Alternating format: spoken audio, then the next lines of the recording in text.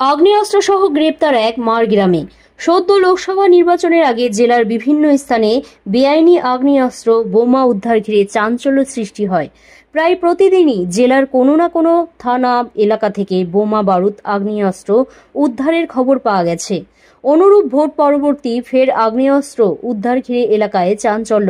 আগ্নেয়াস্ত্র সহ এক ব্যক্তিকে গ্রেপ্তার করল বীরভূমের মারগ্রাম থানার পুলিশ। জানা যায় যে বুধবার গভীর রাতে মারগ্রাম থানার পুলিশ টহল দেওয়ার সময় মারগ্রাম থানার দুনিগ্রাম পিচ রোডের ভাবকি মোড়ের কাছে এক ব্যক্তিকে সন্দেহজনকভাবে ঘোরাঘুরি করতে দেখে পুলিশের সন্দেহ জাগে।